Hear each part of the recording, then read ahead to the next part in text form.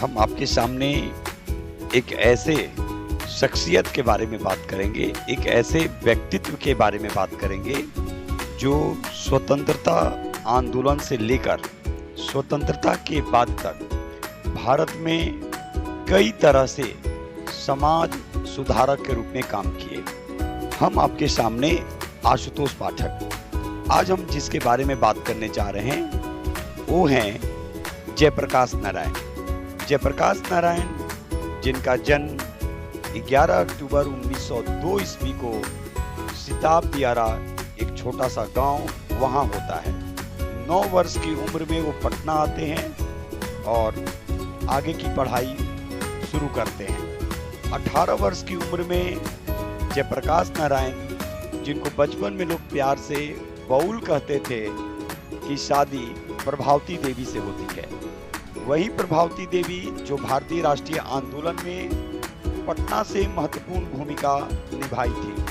1920 का वो दौर था जब जयप्रकाश नारायण मौलाना अबुल कलाम आजाद से प्रभावित होकर पटना कॉलेज छोड़ते हैं और गांधी जी द्वारा स्थापित बिहार विद्यापीठ में जाकर एडमिशन लेते हैं। 1922 ईस्वी में प्रभावती देवी को छोड़कर, यानी वो भारत में ही रहती हैं, 1929 ईस्वी तक वो अमेरिका में जाकर अपनी पढ़ाई पूरी करते हैं।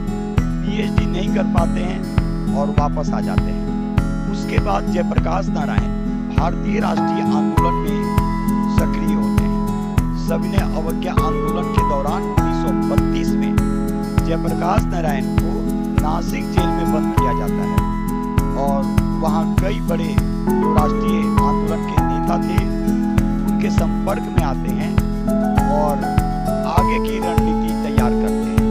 1942 में जो भारत छोड़ो आंदोलन जो पूरी तरह से एक नया रूप ले चुका था, जयप्रकाश नारायण बिहार से महत्वपूर्ण भूमिका निभाते हैं। उस समय के बाद ही जयप्रकाश नारायण को 1942 में गिरफ्तार किया जाता है, लेकिन दिवाली की वह रात 9 नवंबर 1942 को अपने 6 दोस्तों साथियों के साथ जेल की दीवार को फांदकर नेपाल चले जाते हैं और वहां पे आजाद दस्ते का गठन करते हैं।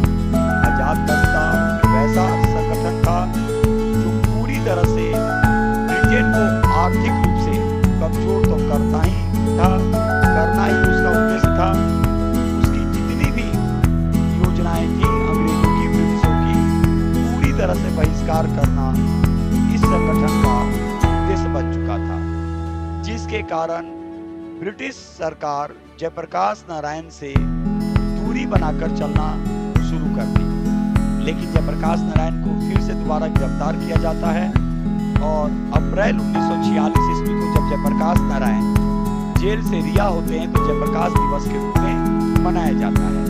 स्वतंत्रता आंदोलन में महत्वपूर्ण भूमिका के बाद 1950 से 60 का वो दौर था जिसमें इन्होंने लोगों को पूरी तरह से जागरूक किया।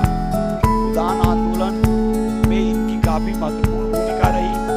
स्वतंत्रता के बाद ये चाहते तो कई बड़े पोस्ट अपने पास रख सकते थे, लेकिन इन्होंने समाज सुधारक के रूप में ही अपने आप को कायम रखा।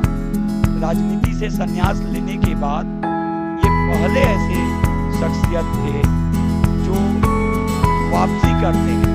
क्यों वापसी करते हैं? छात्र बिना नेतृत्व अपनी मांगों को लेकर पूरे भारत में, खासकर बिहार से आंदोलन की शुरुआत करते हैं।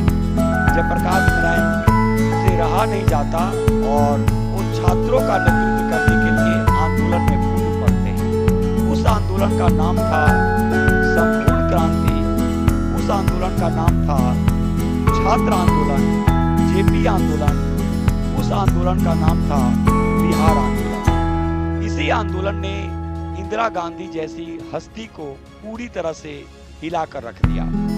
इमरजेंसी के दौरान इंदिरा गांधी से 2-2 हाथ करने वाले पूरी तरह से तैयार बैठे थे वो थे जयप्रकाश नारायण। वही जयप्रकाश नारायण जिनको लोग लोकनायक की उपाधि दी है, लोकनायक के नाम से ये जाने गए। छात्र आंदोलन के बाद ये पूरी तरह से भारत में विश्व स्तर पर एक अलग पहचान बना चुके थे। राम वृक्ष बेनीपुरी, जिनको कलम का जादूगर कहा जाता है, उन्होंने इनकी जीवनी लिखी। खुद जयप्रकाश नारायण के द्वारा एक पुस्तक लिखी गई थी जिसका नाम था प्रिजन डायरी। 1999 में भारत सरकार के द्वारा इन्हें भारत रत्न से नवाजा गया। तो जयप्रकाश नारायण को 3 आंदोलन के लिए जाना जाता है, यानी स्वतंत्रता आंदोलन से लेकर स्वतंत्रता के बाद तक का।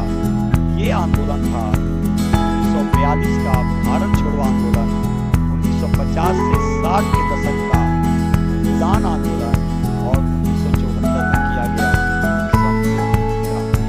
ये वीडियो आपको कैसा लगा, ये सेशन आपको कैसा लगा, आप जरूर एक बार कमेंट्स करेंगे। सिर्फ और सिर्फ मेरा उद्देश्य एग्जाम पास कराना नहीं है, हम चाहते हैं कि हम और आप दोनों मिलकर एक नए समाज की संकल्पना पेश करें। आज बस इतना ही। अच्छा लगेगा ये सेशन तो आप लोग कमेंट्स करेंगे।